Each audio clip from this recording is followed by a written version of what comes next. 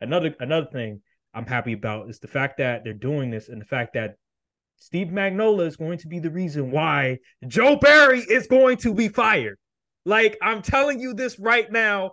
Steve Spagnuolo, what he's doing, what Andy Reid did, hiring him, that's what you're supposed to do. You're not supposed to hire a defensive coordinator that has never been good.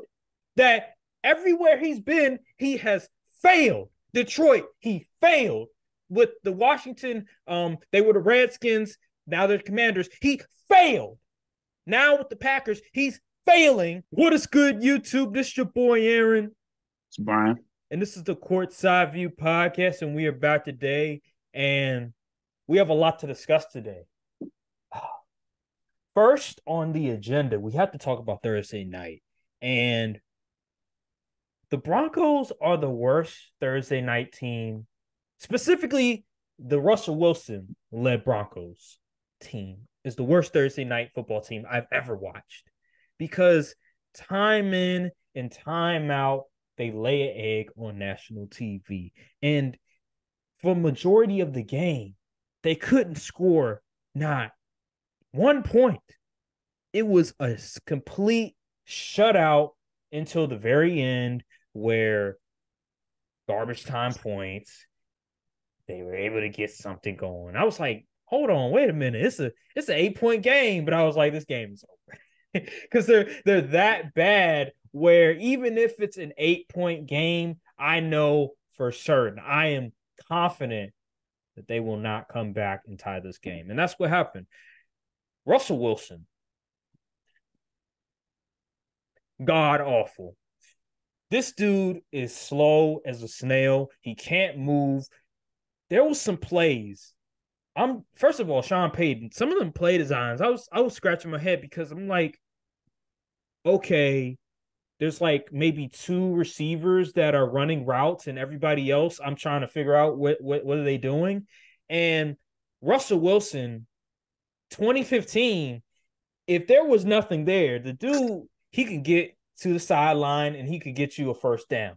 Now, man, he looking like Too many Dak out Subway there. sandwiches. He looking like Dak out there. If it looked like a piano was on his back. He can't move. It's getting really bad.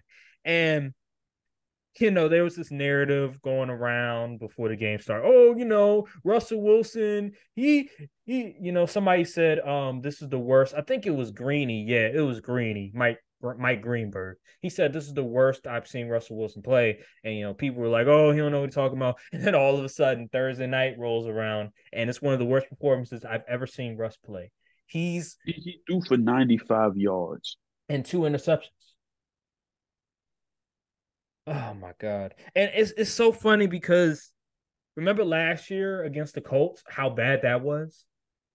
This is on par with that game. That's how bad it was. And then he has Sean Payton with him.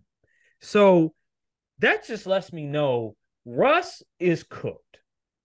It's over. There's no, maybe if you change the offense a bit. No. He's cooked. He can't move.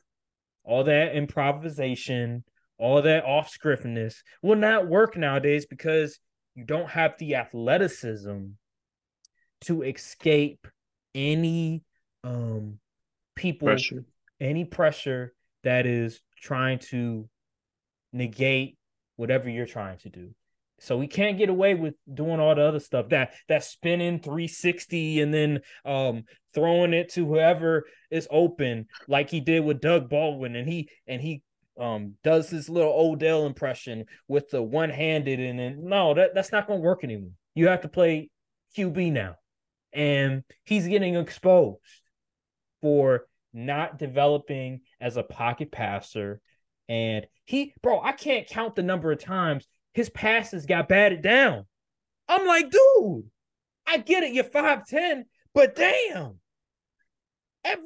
Almost every time, a pass gets batted down. Come on, bro.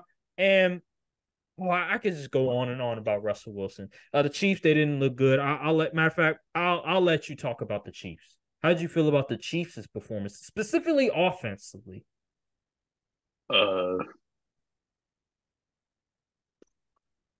if your money was on Pat Mahomes having a big game, you might be on the street right now because he was not good at all. And it's always funny because the Chiefs always play down to the Broncos. I don't understand it. It's year after year, they always play down to the Broncos level of football and it becomes CTE ball. It's just ridiculous. And man, the Chiefs, who would have thought that the defense would be arguably the best side of the ball for the Chiefs? Before this year, you were like, oh, the offense, Pat Mahomes. But listen, Tua and Pat Mahomes' numbers looking real identical right about now. And Tua hasn't even played yet. So Mm-hmm. this is just, I don't know what's going on with the Chiefs offense. I don't know if they just don't have enough dudes or the scheme is off. I just really don't know. It's not looking good. It's not looking good at all for them. It's the dudes. It's the dudes argument. They don't have enough. Those wide receivers, the Sky Moores, the Justin Watsons, the Kadarius Tonys. Those guys. They're not getting open. They're not producing like people projected them to produce. And the only person that is sort of producing is the rookie. And so everybody else, they can't catch. They're not getting open. They're missing their assignment. So it's going to be very hard for Mahomes. Mahomes is holding the ball longer than usual because he's waiting for guys to get open. And that becomes problematic because when you hold the ball too long, you're putting yourself in more risk to get sacked. And it's just bad right now. And I think the Chiefs, they're probably thinking like, okay, this is going to be a work of progress. We'll eventually get it together. They at the end of the day, I know they say 17 weeks, but 17 weeks, sometimes it could be very long depending on the team that you're in. And so I think what they believe is that eventually these rookies or these second year, third year guys are going to eventually build a rapport with Patrick Mahomes and they'll be fine. But I don't know. I don't know how that's going to work. If guys can't get open, I don't know if that could get better. Yeah, and yeah, I'm just not impressed with the offense from the Chiefs, especially since it's an offensive team. They have Andy Reid as the head coach. You would think that the offense would be clicking, and even with the lack of dudes, you would think the offense would still be pretty efficient. But Mm-hmm. if let me tell you something, if Pat Mahomes wasn't the QB, who knows how many wins they would have? Oh, they'd be cooked. It'd be a wrap. You know what I mean? So I have to say this. I want to give credit to, first of all, I want to give credit to Andy Reid and I want to give credit to Steve Spagnuolo. And here's why. Number one, Andy Reid for being smart enough to hire a defensive coach that actually knows what he's doing. You know what I mean? And number two, Steve Spagnuolo to take these players that, let's face it, they're not the most talented coming out. They're probably third round picks, fourth round picks. Trent McDuffie was a first round pick, okay, and Chris Jones was a first round pick, but everybody else was pretty much second, third, fourth rounders. And to be able to just um, develop them and to over exceed where they were projected to be. And the fact that they're a top five defense right now and they're that physical and they're that disciplined is a testament to the coaching staff. And another thing I'm happy about is the fact that they're doing this and the fact that Steve Magnola is going to be the reason why Joe Barry is going to be fired. Like, I'm telling you this right now. Steve Spagnuolo, what he's doing, what Andy Reid did, hiring him, that's what you're supposed to do. You're not supposed to hire a defensive coordinator that has never been good, that everywhere he's been, he has failed. Detroit, he failed. With the Washington, they were the Redskins. Now they're the Commanders. He failed.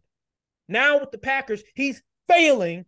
And because of what Steve Spagnuolo has done with Nick Bolton, with Trent McDuffie, with Willie Gay, and with everybody else, Chris Jones as well, I'm telling you, Joe Barry he's going to be out of here. And I thank Andy Reid and Steve Spagnuolo because they're showing that despite the lack of talent, you can still get the best out of your players. If the scheme is right, if you develop properly, and if the coaching is right, you can get the best out of your players. And see, I'm hearing all this. Oh, Packers. I don't want to make it the Packers. I don't want to make it a Packers segment, but I'll we'll get back to the whole thing about the Chiefs and the Broncos real quick. But I just want to say this: the Packers, somebody on Twitter said, hey, go after Justin Simmons. I'm like, it doesn't matter if we get Justin Simmons because Joe Barry's scheme sucks.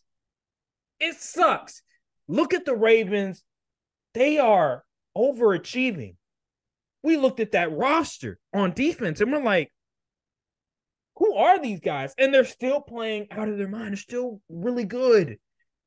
I don't know. I know I really went the other way on this one. Like we're talking about the Broncos and the Chiefs game. But I just have to say that real quick because salute to the Chiefs and the fact that at first they weren't a good defense, but over time they developed these players. They brought in the right guy.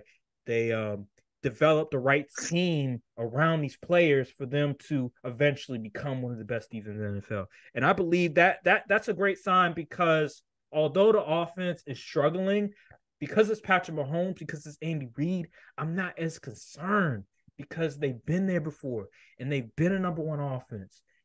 When you have your defense carrying you, that, man, you know how amazing that is? The fact that you can lean on a defense and you have time to sort of get everything together offensively. And see, the Packers were trying to do that last year and they failed.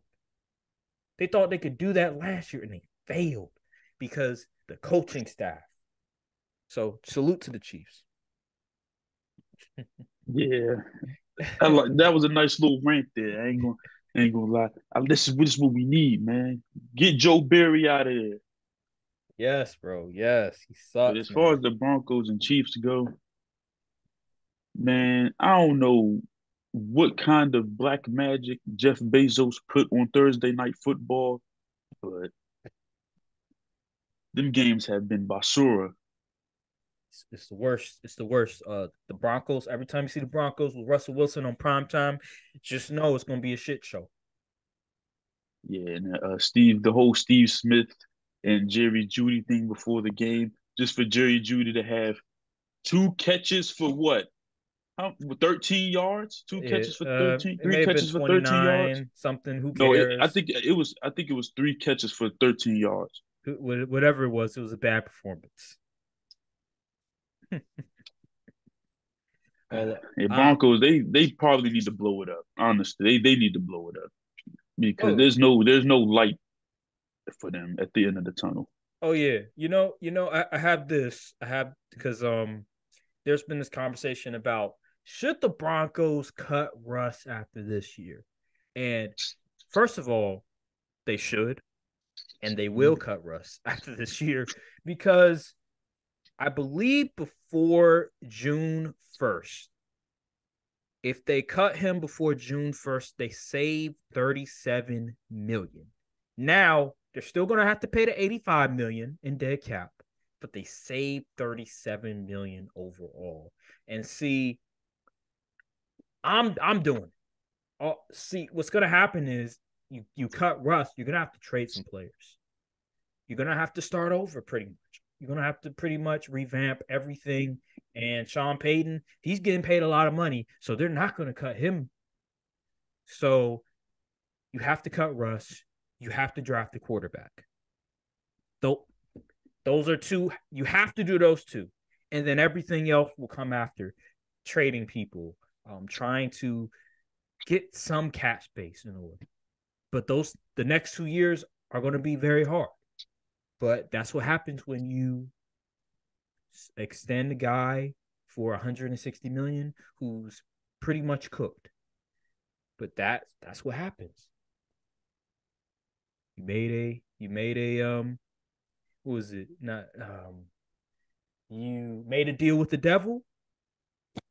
Now he's coming to collect, and that's what's going to happen. So it is what it is. Speaking